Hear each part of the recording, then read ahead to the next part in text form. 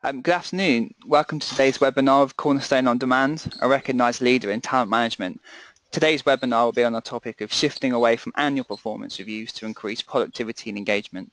I'm Jake Matthews, the online editor of HR Grapevine, and speaking today is Geoffroy De Lestrange, EMEA Product Marketing Manager at Cornerstone on Demand.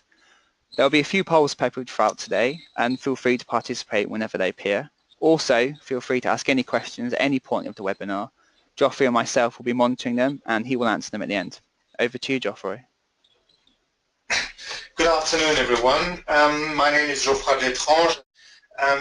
This is a very interesting topic today that we are addressing, because there were loads of headlines on the death of performance appraisal, the fact that some very big names were going away from the yearly appraisal.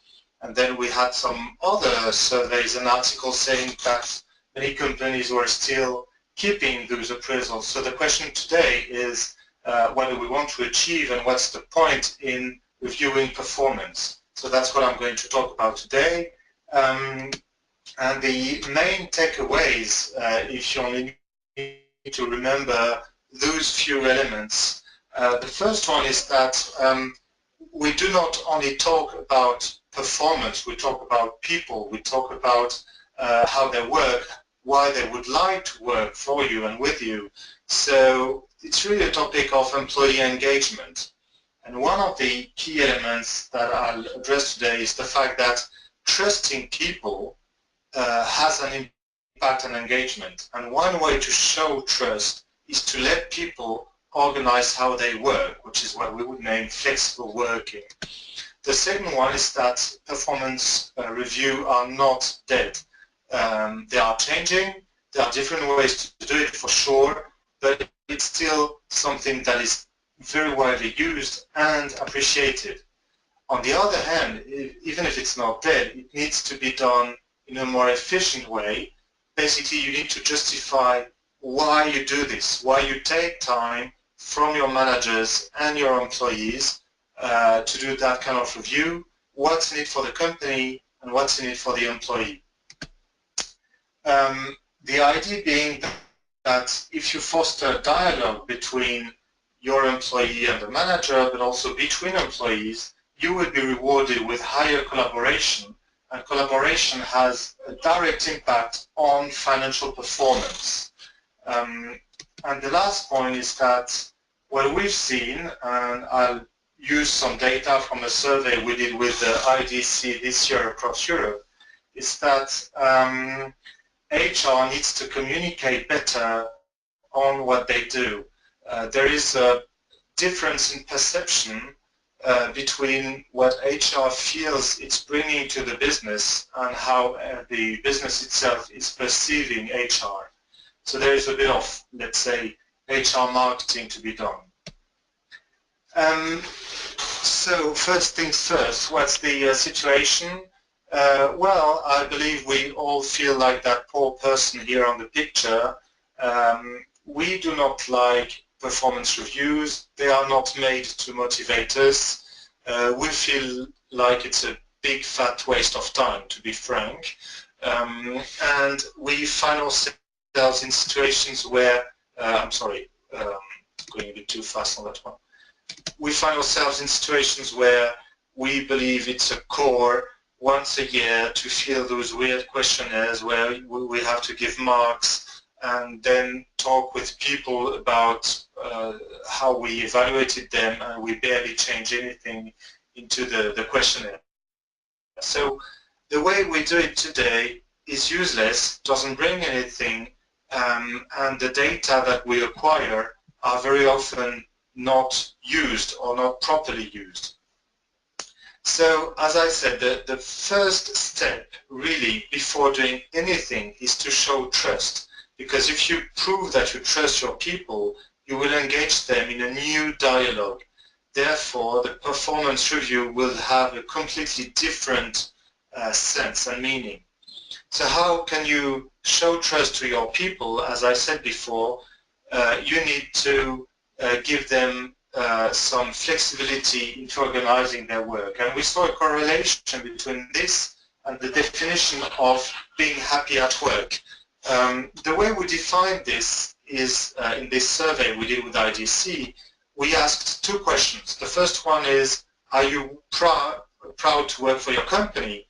And the second question was, would you be willing to recommend your company?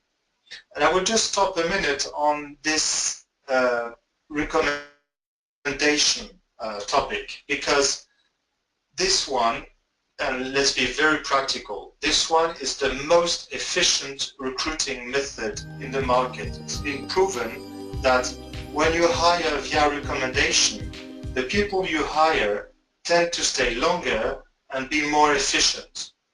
So it is your own interest to achieve the fact that your employees be ready to recommend. But you need to acknowledge that it's kind of a double-edged sword from the employee point of view. If I recommend a friend to my company, I take a risk with my friend, just in case he's not happy, and I take a risk with the company in case the company isn't happy. So if I really do it, if I'm convinced that one person would be a good fit for my company, then that's a double risk I'm taking, and this needs to be recognized by the company. So if we have this definition of people being happy if they recommend and are proud to recommend, and are proud to work in the company, sorry, what we measured in Europe when we interrogated half line managers and half HR managers was that 3 out of 10, or 71%, both in the UK and Europe, 3 out of 10 were neither happy nor ready to recommend the company, which is huge, especially given that we did not ask employees, but we asked managers. So 71% of managers who are happy do recommend the company and claim to be proud of the company is not so big a figure. What can you do about it? Well, that's what I was mentioning before. You need to show trust. Two things to remember here. The first one is that showing trust means giving opportunities, letting people prove themselves.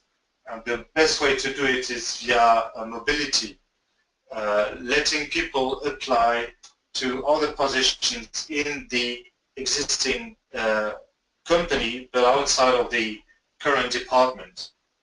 That's an important one, but you can only do this if you know how those people are working.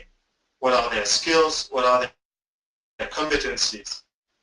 Which you can only do if you know their performance, which loops back into the topic of today on performance reviews. The other point, the other way you can show trust is on letting people organize the way they work. And there are many ways to do it. You can see here on the list. I won't go through each and every one of them. But basically it means letting people organize how they work, whether it be via flexible working, home office, bring your own device, you name it. So remember those two elements that can really influence how people feel at work. Number one, give them opportunity.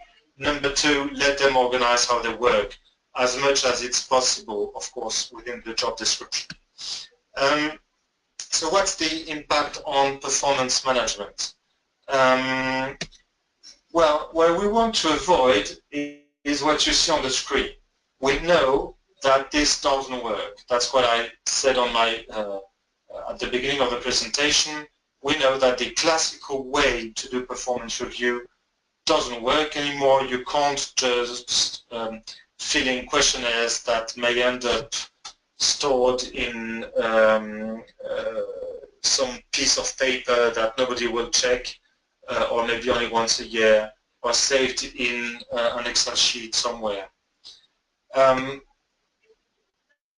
The real meaning today for you as HR managers is that you need to move from being process-driven to becoming business impact-driven. That's the key word, and that's really what you have to keep in mind when you start thinking about reviewing performance. It's not about ensuring that more than 90% of the workforce has filled in a performance review questionnaire. So what would be the question? But the real strong point here would be to ensure that for all the people who have been reviewed, you can measure afterwards an impact on how they work. Do they work better? Do you see better results? How can you measure that? How can you ensure to have a regular dialogue with the line manager as a follow-up of the performance review? That's the meaning of being business impact driven. So indeed, the old reviews are disappearing, and that's a fact. So you've seen all the headlines on Accenture and Deloitte and many others that were claiming that they were completely stopping yearly appraisal. Yet, in this study we did with IDC, we saw that more than 70% of line managers and HR still believed that this sort of yearly meeting was useful. And it would be interesting to analyze why and how, and I'll get back to that. The real question, as mentioned before, is the target. What do you want to achieve? What's the point of doing all this? Well, obviously you want to know how people work. You pay them, it's an investment, so you need to ensure that you got your money worth of these people's work. So you need to know their skills, you need to know how they could work better, you need to ensure that you have the right person at the right position with the right skills now and in the future. And that's an important point. Performance review is checking how someone is doing now, but it's also thinking about how someone could do better, maybe in a different position in the future. So that's the broader topic than just, as I said before, filling a questionnaire once a year. The long-term question, of course, relates to workforce planning, succession planning, and long-term company strategy. So this means that you need to be extremely close to the business. You cannot, as an HR professional, get the data you need without support from the business. So you need to be able to explain to the business, whether it be the line manager or obviously the employee himself or herself, why you're going through this pain of doing performance reviews. Let me zoom on that point for a second. In this survey, we asked some questions about perception of HR. And if you look at the very last item here on that page, you see that there is a significant frustration out of HR processes. And if you are still process-driven, then the classical way to do performance review is one of those processes. So it's also one source of management frustration. You see the figures in the UK and across Europe, about 4 line managers out of 10 are frustrated because of HR processes. And only half of European line managers, and actually even less in the UK, 4 out of 10, believe that HR gives tools to recruit, reward, and retain talent. And when we talk about performance review, we do speak about rewarding and retaining talent. I'll get back to that one. So you see there is an issue today all over Europe, and apparently a bit more in the UK, regarding how line managers are perceiving the support they get from HR in managing their talent, managing their team. So you need to be aware of that, which means you need to find a way to make that kind of process useful and to show that it's useful for the business, that it really impacts the business. And one way to do it is really to put employees at the center.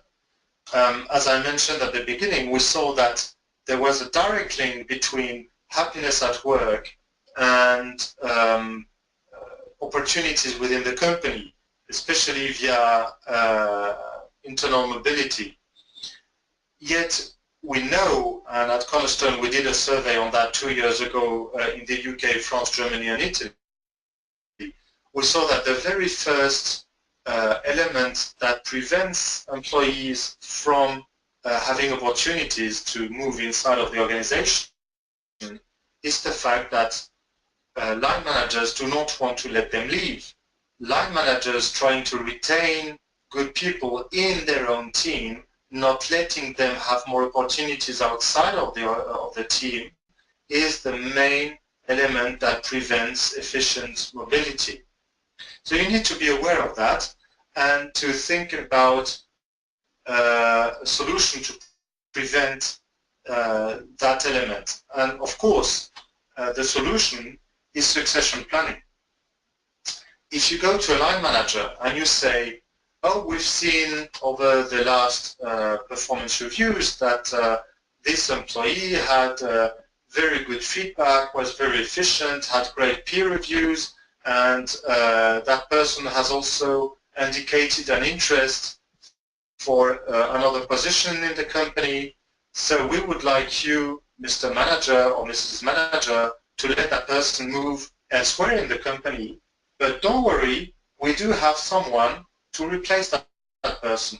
We do know that this other person, maybe in the team or maybe from another team, would be ready to take that person's place, provided we give that person proper training, coaching, and so on and so forth.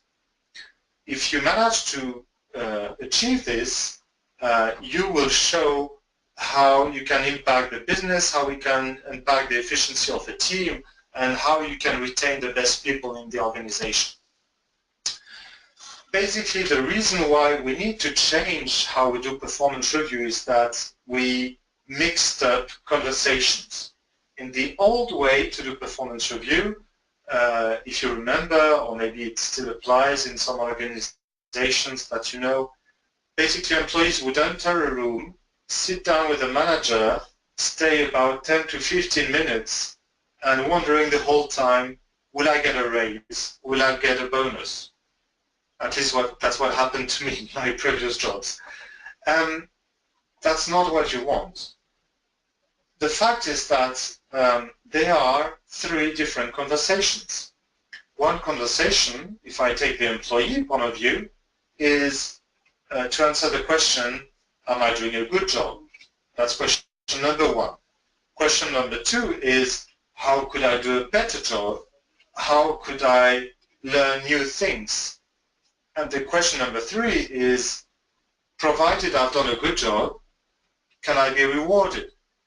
So those are three different conversations which have actually three different rhythms and three different stakeholders, I would even say. And what we've observed across Europe is that indeed this is evolving. So those three conversations are being separated. Instead of having one review with all three topics, now we see across Europe that those three topics are addressed indeed separately, which is a good thing.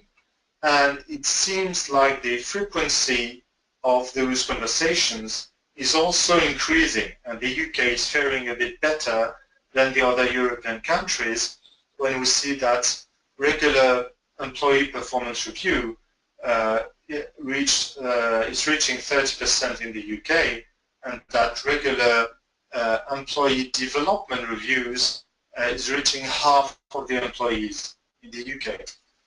And I'll stop here for the second because that's where we will do the very first quick survey. So you should have a question appearing very soon on your screen.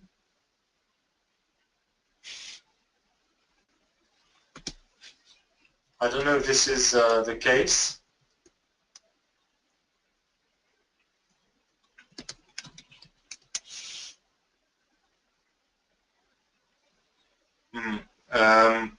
I'm not sure this is working.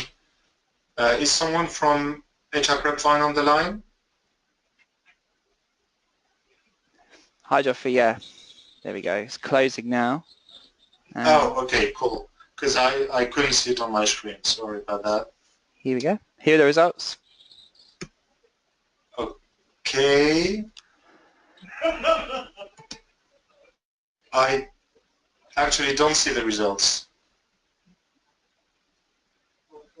So if you could please, I don't know if you could type them in the chat room or something so that I can comment on them. Yeah, I think everyone can see the results. I can read them out. So it was, how often do you run performance appraisals? 11% said regularly or continuously. 45% said semi-annually. 42% said annually. And 2% said never. Oh, now that's a surprising figure. Okay. Okay. So yeah, the data seem to be slightly lower in the audience than in our survey. But okay, that's fine. The reason is probably that in the survey the people we surveyed were in slightly bigger companies, so it might be that the SMB and mid-market companies are a bit behind. That's probably an explanation for that. But as I said, this is a definite trend. We do see those conversations being more frequent, less so regarding compensation reviews, but it makes sense because this correlates to the company financial results, which are done on a yearly basis. The only reason why a compensation discussion should take place at another time is when there is a mobility or another significant reason.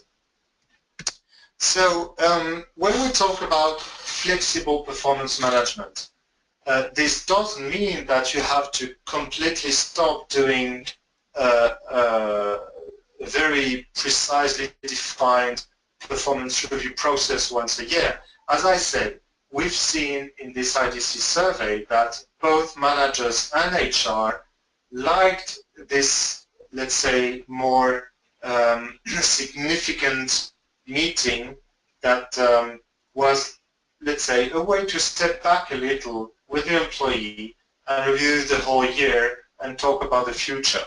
So this conversation still makes sense, but it has to rely on more data, more information on how people are working. And the very first one is really to observe how people work on a daily basis and to have a regular feedback, which can be daily, weekly, monthly, project-based, task-based. It really depends on your job description, your team's job description. So that's one way you have to think about to get regular feedback on how someone is working. Another one is peer review, what we would call badges, social sharing, which is a bit like the Facebook like button, if you want. So the idea here is to only mention positive achievements in a friendly way. So let me give you an example. You are working on a specific task and you have a colleague giving you a hand and you want to say thank you, so you give that person a badge, and that the colleague receives an email that he or she got a badge, and the manager as well. Actually, this is nothing new. This is something that you used to do maybe 10 years ago when you were sending a thank you email copying the manager. It's exactly the same idea, but in a more social, fun way, using your company social network. And the idea is that at the end of the year, or when the more structured conversation takes place, you can show the history of those badges. Another one is, let's say, half-structured peer review, which is simply sending a questionnaire to some of your colleagues on asking them what they think about your work. And that's a very useful tool as well. Let me take my own example. I'm sitting in Paris. My manager is in London. she doesn't see me working on a daily basis. She knows what I'm doing, of course, but she doesn't know if people on a day-to-day basis are happy about what I do for them. So what I could do is having a list of items, like 5 to 10 questions, that I could send to the people who most beneficiate from my work, asking them to evaluate me in an anonymous way. If I send that to 5 people, I only get the consolidated results. And that's, I think, also a very transparent and useful way to get real feedback on how I work. The reason I'm mentioning that one and this social feedback too is that it encouraged people to work together. And what we've seen in this IDC survey was that we measured a direct correlation between social collaboration and company growth. And that's a surprising result, but in a more precise way, high growth organizations were by far more represented in the respondents that had stronger collaboration incentives. And if you look at what's on the screen, I'll stop quickly on the first two. The first one is quite obvious. People are encouraged to work together, and you see the huge correlation rate. But the second one is interesting. There is a system to enable collaborative learning, which means the company has invested money in pushing people to share knowledge and to work together. It's not lip service. There is a real commitment from the company, a real urge to use that kind of tool and to share knowledge. That's when you are rewarded with higher growth rate, because people share more, know more, you have more ways to find your own internal experts, which is also another way to evaluate people, especially in bigger organizations. More often than not, you would not be aware that one specific person in one specific department happens to be the go-to person when anyone has a question. Someone who's been a bit longer in the company, someone who has a bit more specific knowledge of some specific tools or machines or processes or clients, you name it. But at a department level, people know that. People know that if they have a question, they need to go and see Mr. or Mrs. So-and-so that just knows everything, you know. And if you are sitting in an HR department in another building, you would know that kind of people. You would know that you have that kind of internal experts. One way to know it is using knowledge sharing systems, where suddenly you will see that kind of people going online and answering questions, sharing knowledge. Those are very big assets for your company, and you need to know them. Moving forward, basically you need to have a fair discussion with your employees on how they work. So I'm going back to this really feedback discussion on, you know, the first question, am I doing a good work? So you need to be able to have a transparent discussion. It should not be whether you have some, let's say, teachers' pets or people that you may like less than others. It really needs to be fair and based on facts. I'll get back to that. But fair, of course, needs to be able to compare to specific objectives, to be able to compare from one year to the other or from one period of time to the other, to see the impact of some development measures you may have taken, such as training or coaching, and if that person wants to apply to a new position, how that person is doing compared to this target position. And of course, the most efficient way to do it is based on real-life evaluation. what we call observation checklist. So you can really define a list of observable items to help evaluate those people. And this can be done actually on-site, for example, using mobile tools. I think at that stage we have another survey. So I will let the HR Grapevine team send the questionnaire and read me the answers, because I really can't see them.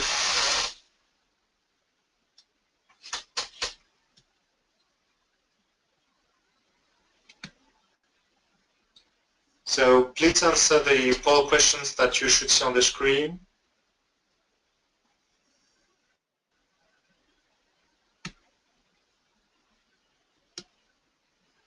And when it's finished, if you could please read me the answers.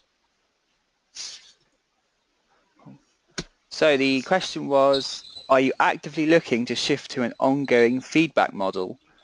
15% said we currently have one.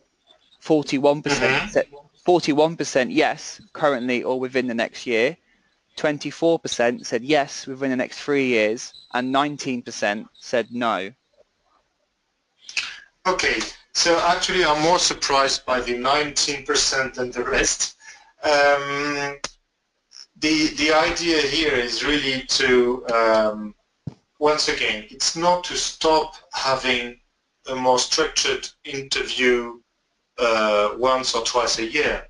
The idea is really to add more ways to gather useful information on how people work. That's the idea of doing that kind of real-life evaluation and regular performance reviews discussion. Because, of course, if you see that someone could do better, it's much better to have that conversation right now and to talk to that person and say, hey, let's sit down a minute and see how you could do this and that better. Maybe I can help you. Maybe someone else in the department can coach you a bit more, or maybe we can find a training for that and so on, rather than wait a year and bring the bad news that that person has done a bad job and can't stay. Because this will mean that you might lose someone who could have become a great talent if he or she had gotten more support. And when we talk about support, there is a specific target group that you really need to address, and that's the line managers. There are so many surveys and studies around that prove how important the line manager is from an HR point of view. And the main reason why people leave a team is because they couldn't get on well with their own manager. So that's really, both on the positive and negative side, that's the #1 driver to employee engagement. And one thing here, HR people expect a lot from line managers. We expect them to be able to decide on a recruitment. We expect them to be able to evaluate people, to coach, to train, to help for an internal mobility, to give feedback, to talk about the company strategy, and so on. So they really need to be able to do a lot of things from an HR point of view. They are the #1 HR people in the company, which means you need to help them. You really need to have regular conversation with line managers, see how you can support them, train them in leadership as soon as, or even preferably before they become managers, train them to manage critical conversations, train them to be able to manage conflict, and so on. So really, in your global talent budget, you need to support them, because there are many areas where they believe that there is need for improvement in HR. If you look at the data on the screen, also taken from that survey we did with IDC, the bad news is that nothing stands out. most of those topics, especially the first 6, are above 30%, which means at least one manager out of 3 or one HR out of 3 actually believe that there is room for improvement. And if I want to summarize everything you see on the screen, I would name 2 areas. The first one is what I would call lean HR. The number 1 point, faster HR procedures. This goes back to being business impact driven instead of being process driven. Managers would complain that typically a yearly performance review takes time, filling questionnaires, and it is not what it should be. It really should be about looking the sat-nav instead of the rear window. Because you should be, or they should be looking at the rear window on a regular basis, daily, weekly, talking about the employee, on how they could do a slightly better job in doing this and that, and giving feedback when a task or a project is finished. This shouldn't happen once a year. The once a year conversation should really be about new things, about the future, not about the past. So a lean HR is strategic here.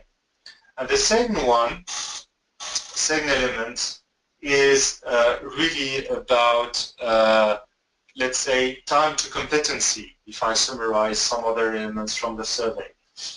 If I am a team lead and I see that I need a skill, I need a competency that is missing in my team, I need it now, whether it be via training or recruiting or any other way, mobility, I don't care, but I need it now.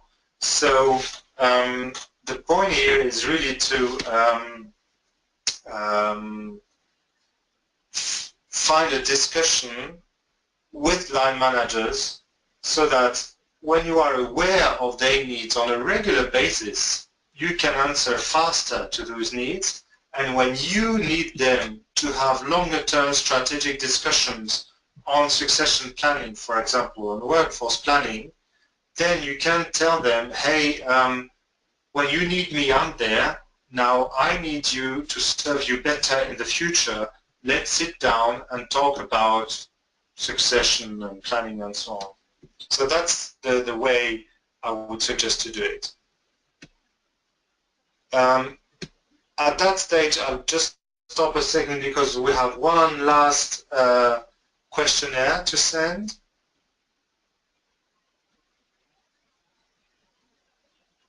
Since the overall topic was about employee engagement. So I assume the poll should be launched now. And just like before, if the HR Grapevine team could give me the results.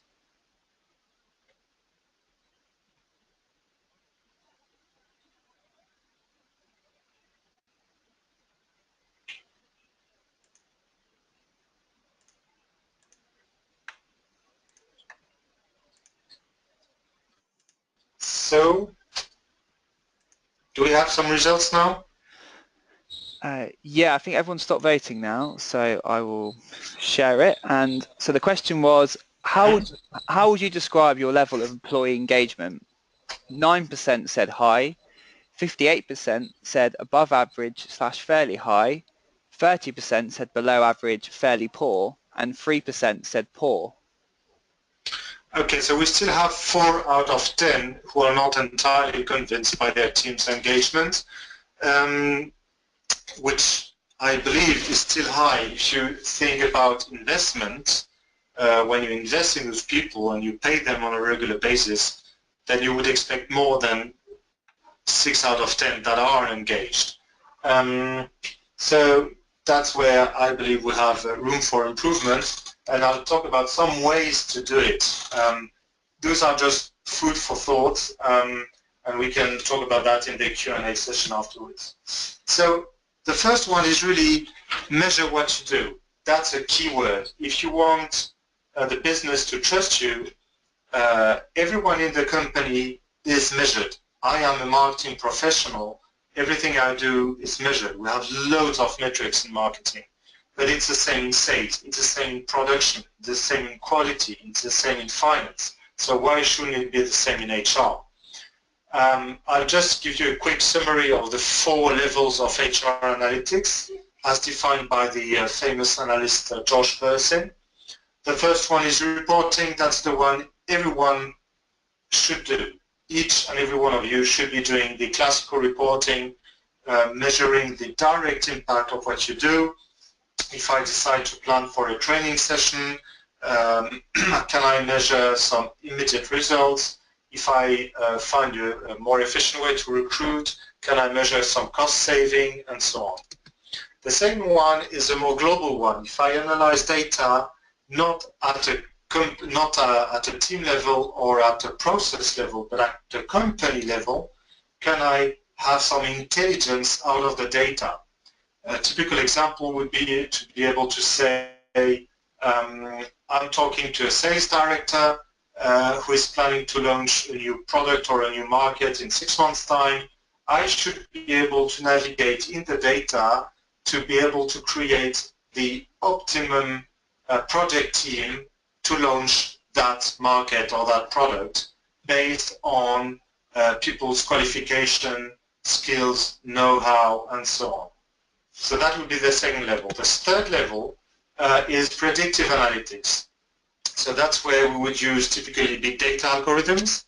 This doesn't apply to each and every company. It's better when you have some historical data, usually at least 1 to 2 years, and when you have a minimum number of employees, usually say above 1,500 to 1,000. But that's very powerful because it's really getting things better even before you start something. How can I anticipate potential problems, or how can I anticipate better results thanks to predictive analytics, which basically is kind of the same thing as a weather forecast. You know, you're trying, based on a huge amount of data, you're trying to forecast what's going to happen, and you're planning your strategy based on that. And the last level is workforce planning, also using predictive analytics. So it's the longer-term version of the business intelligence using predictive analytics. But for all of this, you need a real and efficient architecture. And what we want to avoid, if you want to be efficient, is to have a process-driven architecture, which is the one you may have had 15 years ago. We're now in 2016, almost 2017, so your HR architecture has to move also from being process-driven to being business impact-driven. So you need to stop having processes at the middle, at the core of your HR systems. Of course you need proper payroll. Of course you need to have a properly functioning way to manage employee data. That's clear. But there is absolutely no value added to this. The impact is only a negative one if it doesn't work. But there is no positive impact if it does work well, because that's expected from you. Where you can really reach business impact is with proper talent management and talent development. If I train people and they work better, then I am impacting the business. If there is an area where I need new talents and I can hire the best people on the market in a short time frame, then I can really impact the business. If I am able to understand the skills and competencies of each and every employee across the organization and develop them, enable them to go to higher position, create an internal pool of talent, then I do impact the business. That's what you want to achieve.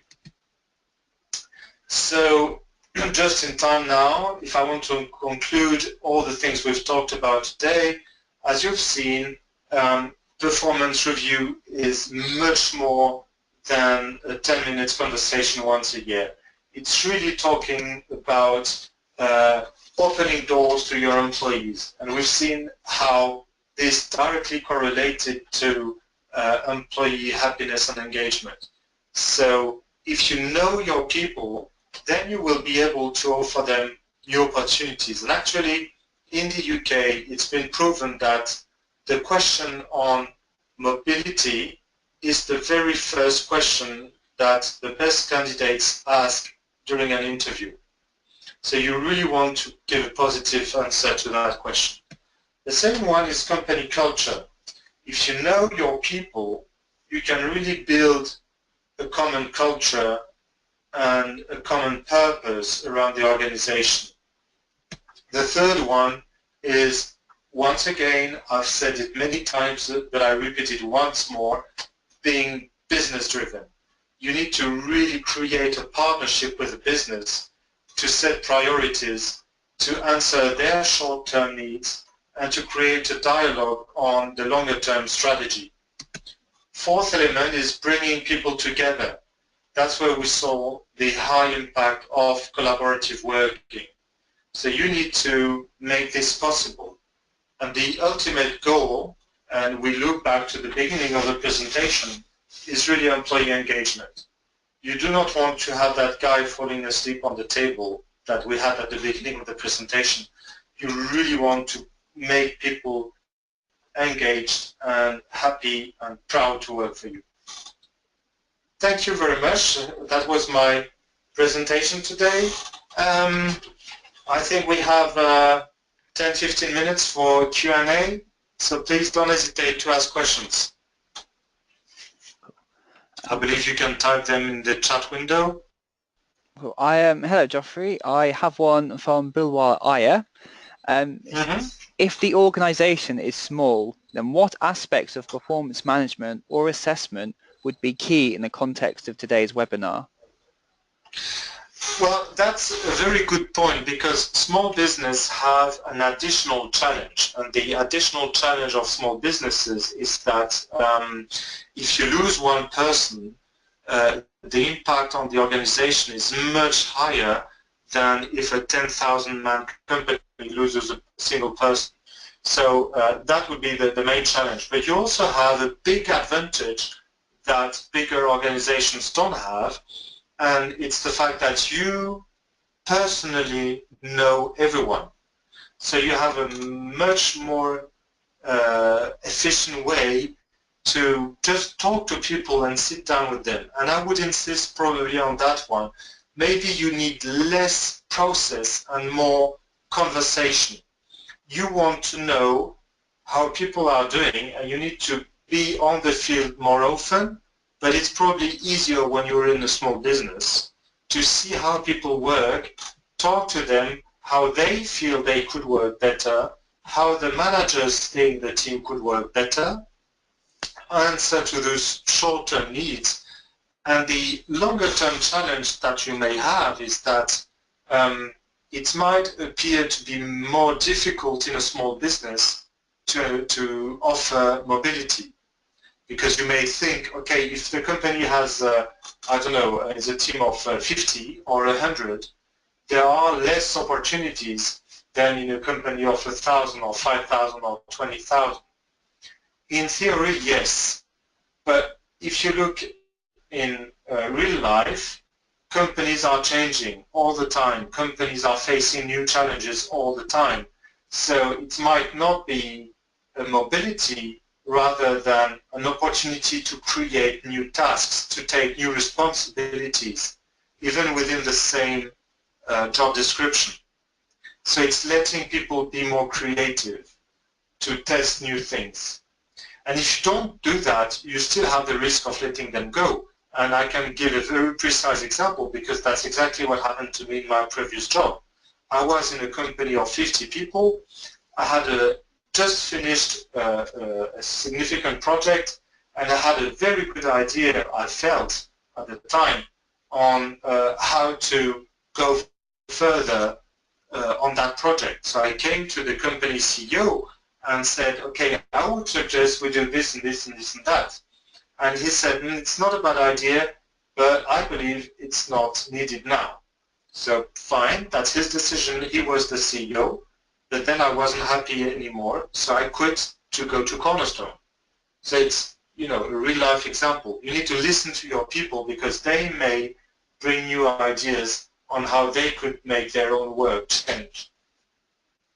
I hope it answers your question.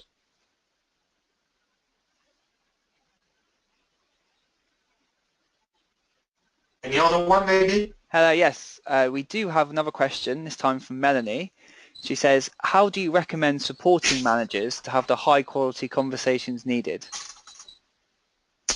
Well, that's a tricky part. There are some standard things that you would need to do all the time. The first thing is whether the manager is a new employee himself or herself, or if it's a promotion, that person needs to be trained. That's clear. Leadership training is key. And as I said, you may want to add some additional trainings such as critical conversation and stress management. Those would be key. But then there is also the ongoing situation. The first time I became manager, I only had a training after 18 months, which was completely useless. And one of the things I felt I was missing at the time was to have a regular neutral conversation with other managers. What they are facing, what I was facing, how did they go through that kind of problems that I had, and so on. So this is something that you can put in place, which doesn't cost much. How you can create a community within line managers that may be from different departments but facing the same sort of struggle. And then you need to give them the proper tools to evaluate. If you want them to have, let's say, weekly conversations, then you need to chase them, because otherwise they will be completely taken by the day-to-day job and they will not take the time to do this. You need to force them to set up a certain time in their schedule to talk to the team, which may depend on the company culture and the job description and whether the manager is sitting in the same room or if it's a remote manager. There are many different cases. But whatever happens, one way or another, you need to be sure that a certain period of time is dedicated to them speaking to their teams. So you may want to just sit down with them and just look at their schedule and ask them, did you spend a few hours last week, last month on a face-to-face with your team, each and every one member of your team? There are many ways. So as I said, you can do structured things, you can do, let's say, more social collaborative elements, and you can support them in organizing their schedule. Cool. Thank you for that. We have another question. This time it's from Ruth. What systems in particular would you recommend to aid collaborative learning? Well, I may be partial on that one because I work for a software provider, obviously, so you will excuse me if I mention our module Cornerstone Connect. But joke aside, as I said, if you want people to work together, and one way to do it, or to start with, is bringing people to share knowledge. How can you do this? Well, it may depend from each organization and depending on the company culture. But I'll give you a very practical example of what we did internally at Cornerstone. Our HR department decided, I think it was 2 years ago, to dedicate one day, I think it was every month or every 6 weeks, that we call development days. And it's a day where every employee can share knowledge on any topic, anywhere in the world. So it can be job related or not. And I'll give you 2 examples. I once did, being a marketing professional, I once did a presentation on social networks, how to use professional social networks. So that one was more job related. But then I'm also very interested in languages. It's a topic that really fascinates me. So I did a presentation one day on European languages, just like linguistic stuff. And it was, both of them were really stuff that I wanted to do. It was really on a volunteer basis. And we do this all across the company. What can be recorded is recorded and is put in our own system, in our social network, and we use our own solution obviously for that. And what is not recorded, well, like if a colleague is doing a yoga class, well, you can't record that, but still it's very popular. So that's one way we did this within Cornerstone. Some other organizations may do this in a different way. If you have people working under geographical or time constraints, of course you need to find a different way, maybe more digital, more flexible, during breaks, you name it. But that's one way to do it. What you want to achieve in any case is to know who within your organizations are the experts. And using mobile tools is very efficient for that.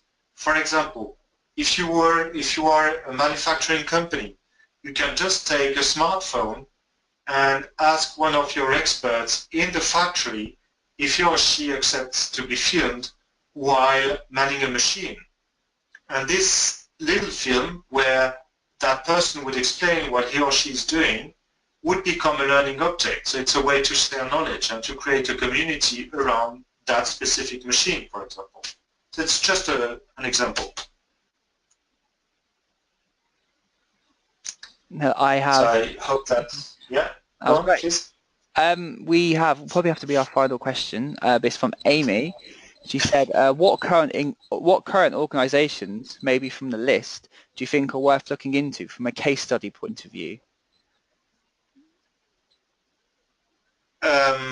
From which point of view? You mean regarding performance reviews? I am assuming so, yeah. Yeah. I would have a certain number of examples in mind, also based on the projects that we've seen at Cornerstone. But at the end of the day, the question really is, what do you want to achieve?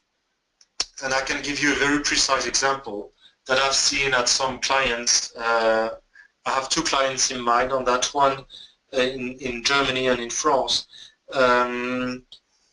Mobility. If you want to achieve more mobility, if you want to create a company culture worldwide through mobility, then of course performance management is a way to start. Because you want to know how people work. Once you know that, you want to be able to publish the opening posts that are available in the organization, and you want to foster that kind of movement within the company, letting people apply from one department to another, or even from one country to another. If you feel that you want to develop mobility, then you need to start with performance. If you are in an organization that just went through a merger, then you want to create a common company culture.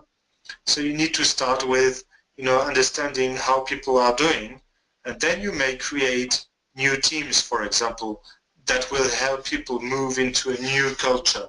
So it really depends on what you want to achieve. So of course you can read many articles in the press of some organizations that simply stopped doing yearly performance reviews, but this remains quite theoretical. So if you have an idea in mind, if you have a goal, a target in mind, then we can have a more precise conversation and we can find some examples that would speak more to you.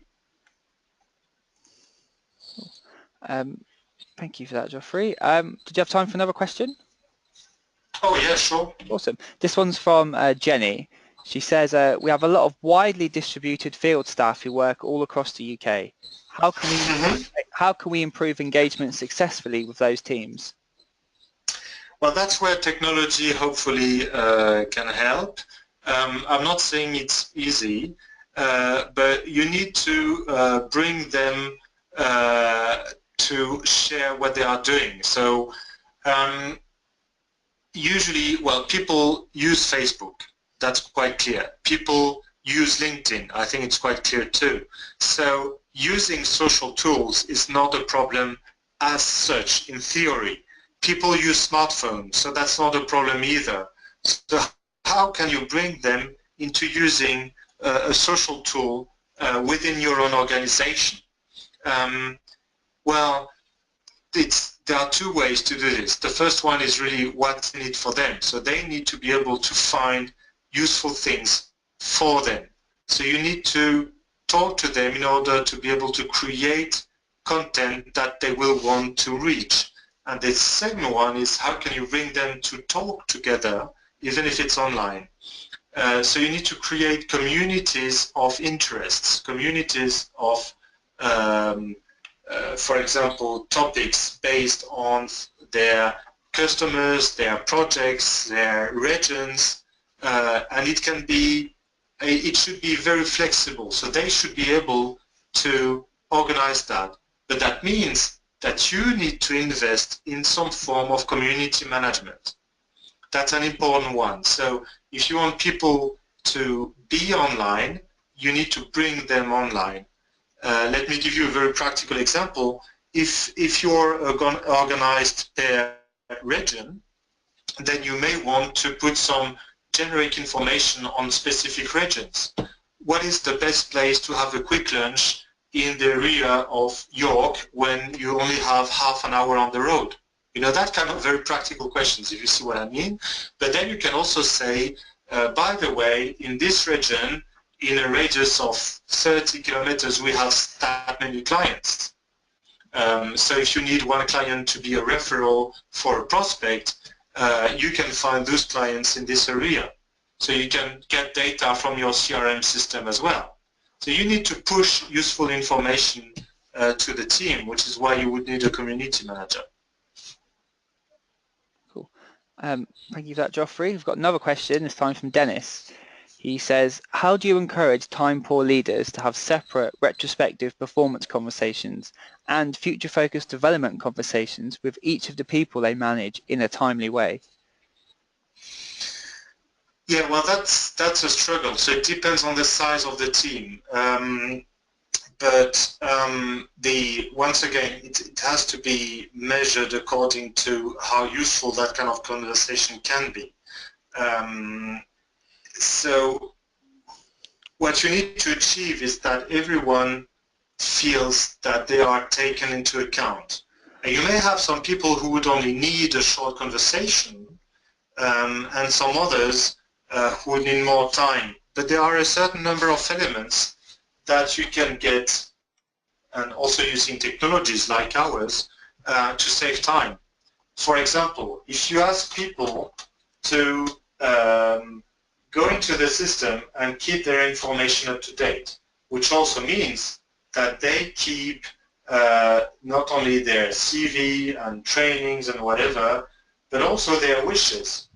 How would they want to evolve in the future? If it's already in the system, then if there is a position that can open, then the conversation is not what do you want to do, but the conversation becomes you wanted to apply to that position, why do you want to apply there, and how can we help you go to this position and be efficient? So you would want to be able to reconcile individual wishes with the company strategy, of course, because then you can also have a different conversation that you wanted to evolve in that direction, but the company doesn't have any position, yet we do have other projects that could be interesting for you. And then you have that different conversation for which you would need more time.